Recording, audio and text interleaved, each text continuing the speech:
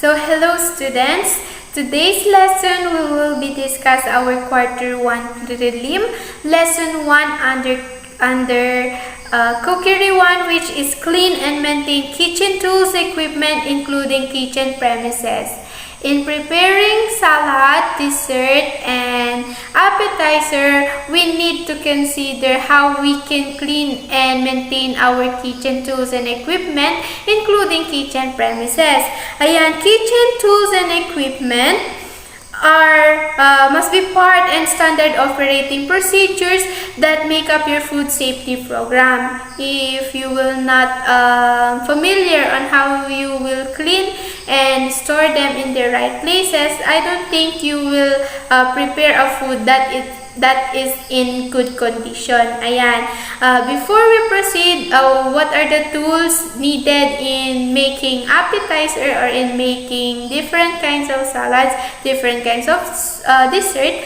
Ayan, we need to classify what is cleaning and sanitizing.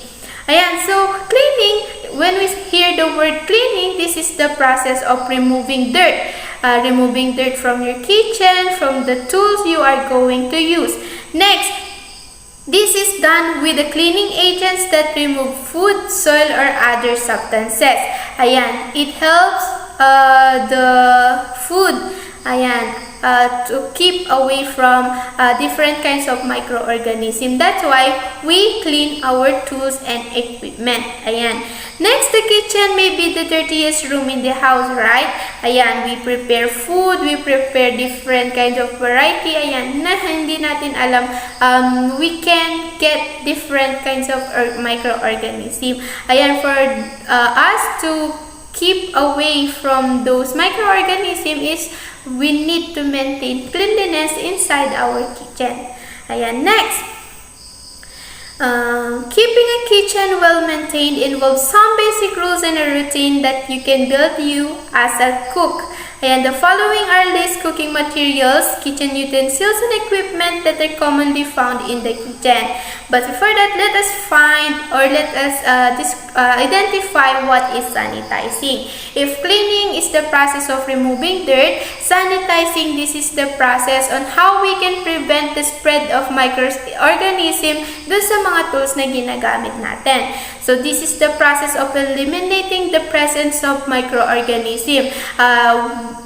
Through the use of sanitizing, we can eliminate the chance to get different microorganisms, and it is done by using of heat, radiation, and chemicals. And next, we have the cooking materials. So let us proceed to the tools that we are going to use in preparing kitchen premises. Next, aluminum. Aluminum is mostly used in the kitchen and most popular because it is lightweight, attractive, and less expensive.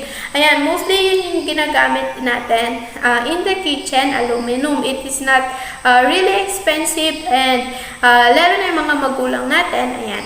So they have this kind of cooking materials, which is aluminum. Next, we have the stainless steel. So this is more expensive than the aluminum one.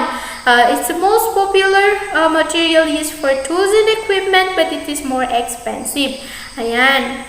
It is easier to clean and shine and will not wear out easily. So choose those with copper, aluminum, or laminated steel bottoms to spread heat and keep the pot from getting heat, sark, and spots. Ayan. So next, glass. Ayan. So this is the more expensive, and this is expensive cooking materials. Ayan. Glass is used for salad making and dessert, but not practical for the top surfacing. Great care is needed to ensure the long shelf life. Ayan.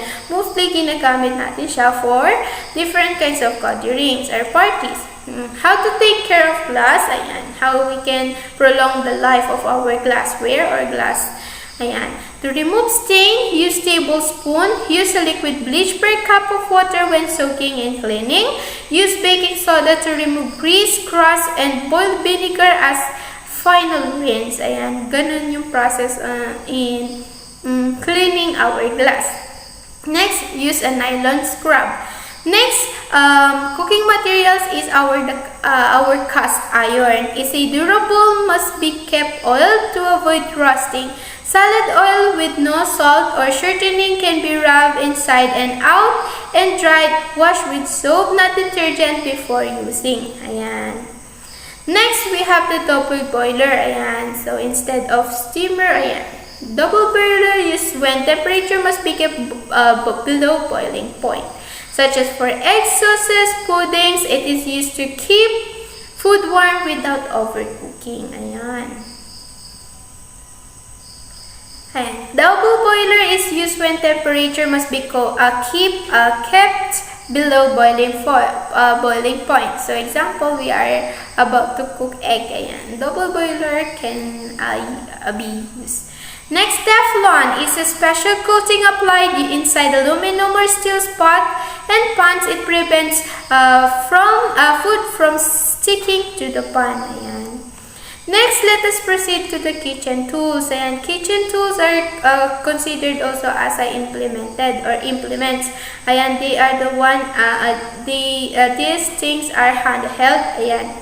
Next, it is easier to wash and clean, but be careful not to scratch the Teflon coating. Ayan. Next, kitchen tools tayo. Una, can opener. Ayan. So we are done discussing our cooking materials. Let us now proceed to our kitchen tools. So when we say kitchen tools, these are a handheld tool which can be used in preparing food. Ayan. Next, can opener. The first thing that we will be discussing is the can opener.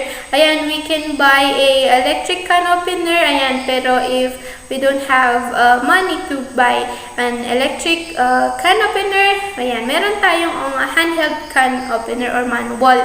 It's used to open food container. Ayan. Next, colander. Ayan, colander, this is a tool used for cleaning vegetable and straining pasta. Ayan, ginagamit siya to strain pasta or contents. Ayan. Next, plastic and hard rubber. Ayan, it's used for cutting and chopping. They are duller than knives. Plastic are greatly durable and cheap but not be long. Ayan. Next, cutting board. It's used to chop. Ayan, are wooden or plastic board where meat, fruits, and vegetables are being cut. Ayan, ginagamit natin siya. So we have different cutting boards.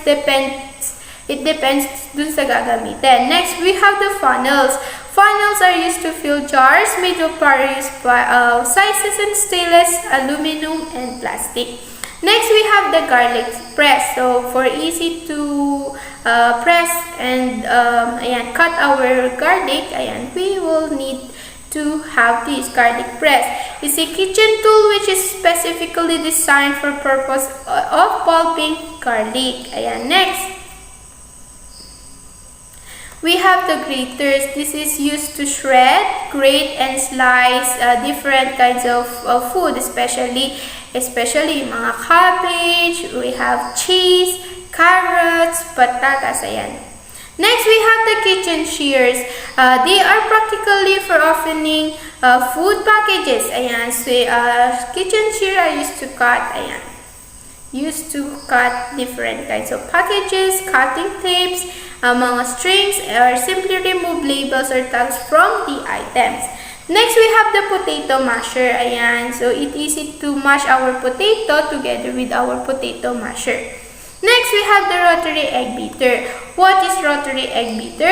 It is used to beat small amount of eggs or butter. Ayan. So, pwede natin siyang ilagay through electric rotary egg beater. So, next, the scraper. This is the tool wherein we can scrape the side of a mixing bowl. It's a rubber or silicone tool used to blend and scrape food from bowl. Ayan. Next, serving spoon. Our small shallow bowl and a handle used in preparing, serving, and eating of food. So, ginagamit natin siya for preparing food. Next, we have the serving tongs. Ayan, aside in using serving spoon, the best And suits tool na pwede natin gamitin is our service tongs. Next is spatula. It's used to level off ingredients when measuring and to spread frosting and sandwich fillings. Next is spoon. Ayan, used to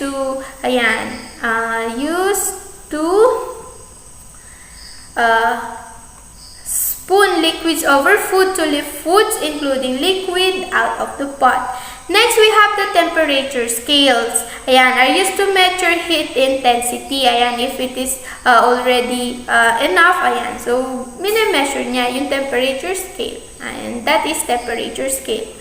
Next, we have the whisk. It's used to mixing and blending and whipping eggs or butter. Ayan.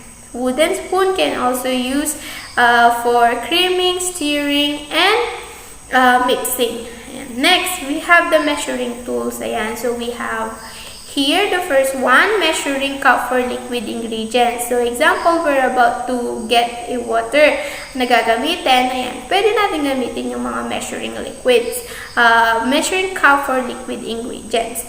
Next, we have the household scales. Ayan, used to weigh large quantity of ingredients in kilos, commonly rice, flour, sugar, legumes, vegetable, and meat up of 25 pounds. Ayan. Next, let us discuss or let us define the different types of knives according to use. So, French knife.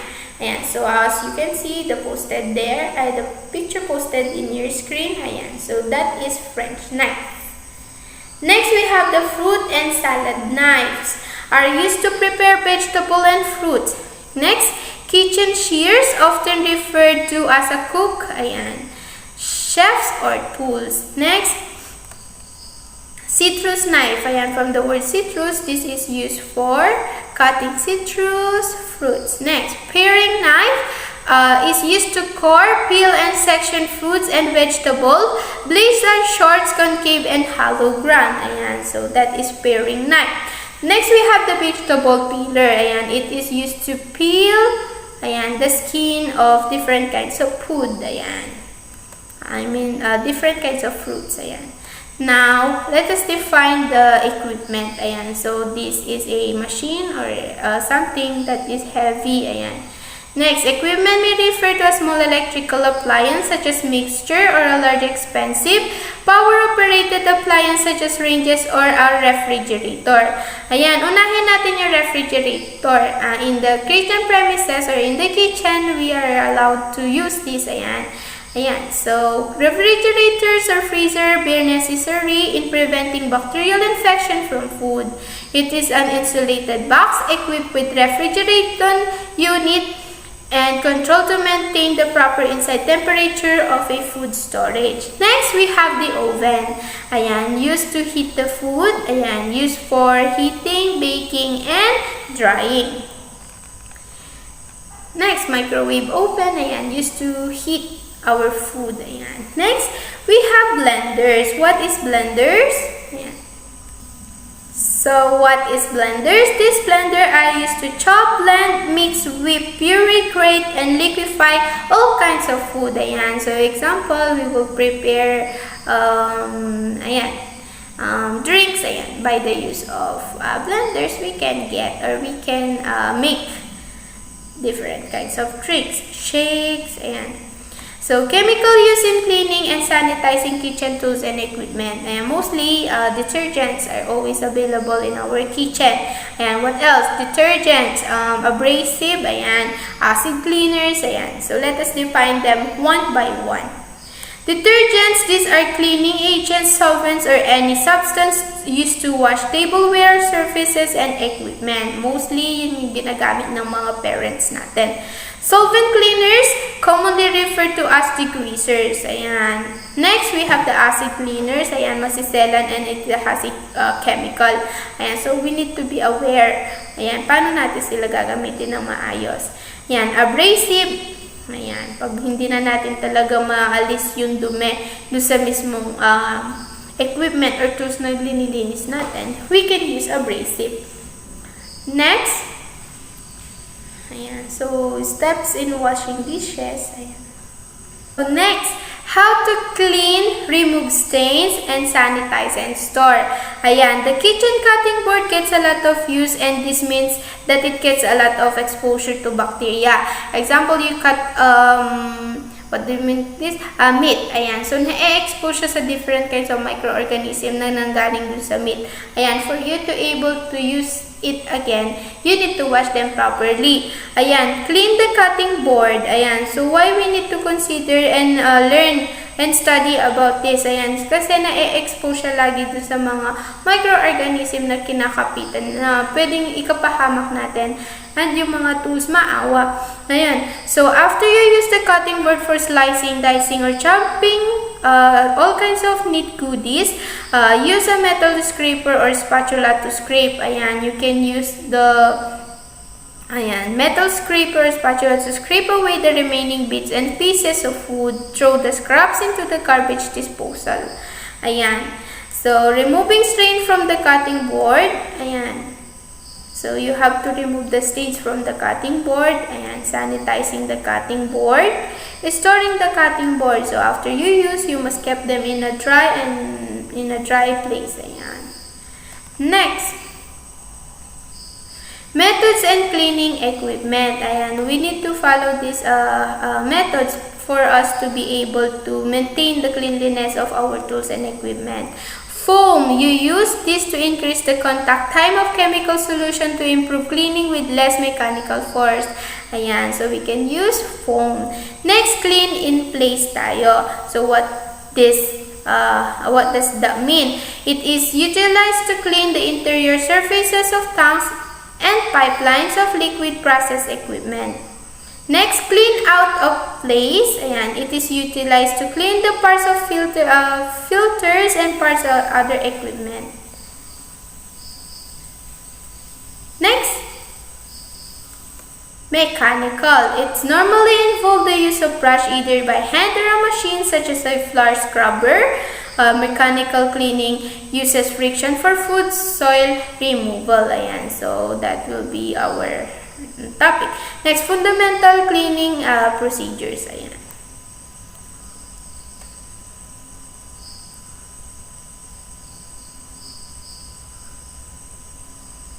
Okay, next lesson is proper storage of kitchen tools and equipment. Proper storage and handling of clean and sanitized equipment and utensils are very important to prevent recontamination prior to use. Ayan, for us to have a good and health condition, ayan, so we must take good care of our tools and equipment kasi sila yung pinaggagalingan or pinaggagamitan natin dun sa pagkain na kakainin natin. Ayan, proper storage and handling of clean and sanitized equipment and utensils are very important to prevent recontamination. Ayan, na-expose sila from different kinds of microorganisms, so that we need to take a good care of them. Ayan, 9 steps in organizing kitchen cabinets. Ayan, first, remove all the equipment and scrub shelves with the soapy water. So, in cleaning them, you have to remove everything and, ayan, so clean them and, ayan, through the use of soapy water. Number 2, think about what you reach most often and make sure it gets position that is easy to reach. Number 3, take a cabinet full of glasses and linen. Ayan. So, for you to become aware on how we can store our tools and equipment in kitchen, ayan, so let me show you a video regarding organizing kitchen cabinets.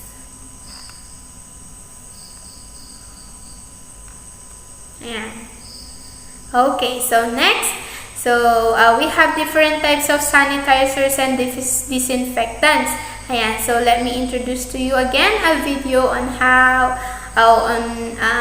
define or describing different types of sanitizers and disinfectants.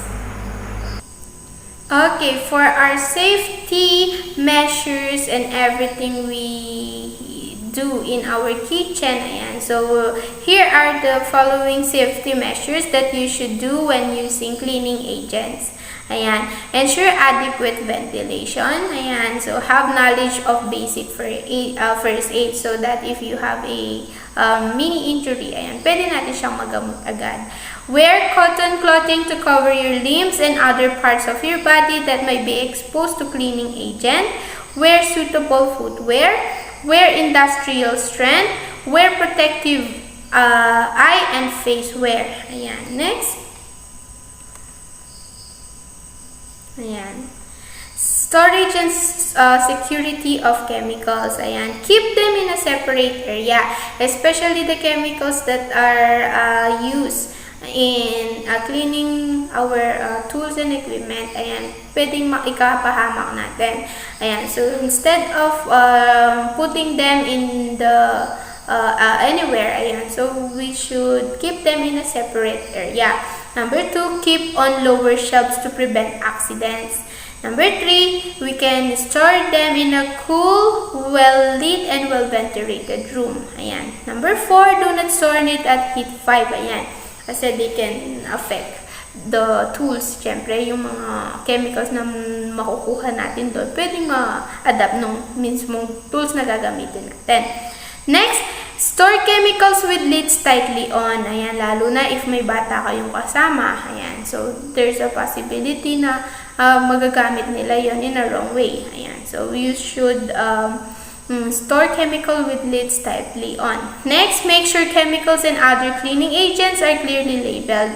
Ayan, dapat naka-label lahat ng mga tools and equipment. Mga chemicals na ginagamit or detergents. Ayan. Number 4, ensure that the use by date of manufacturer's date is clearly readable. Storage container should be free from corrosion and moisture. The storage area should be kept secure and locked when not in use. Number 11, always store chemicals in designated container and do not mix chemicals. Ayan, for you to become and more aware about the tools and equipment, you should also aware on how you can clean and maintain them. Ayan, so that will be our first lesson under Cookery 1. Ayan, so hope you learned something from me. This will be the end of our lesson. Thank you for listening.